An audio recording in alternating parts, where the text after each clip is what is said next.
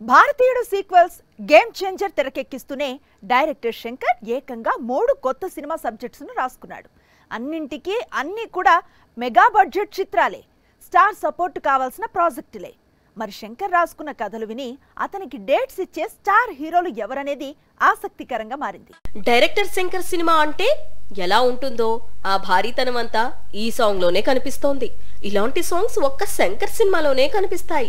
Song release అయిన వెంటనే instant chart buster గా నిలిచింది. భారతీయుడు 2 గేమ్ చేంజర్, భారతీయుడు 3 రిలీజ్ తర్వాత శంకర్ ఎవరితో సినిమా చేస్తాడు అనేది క్యూరియాసిటీగా మారింది.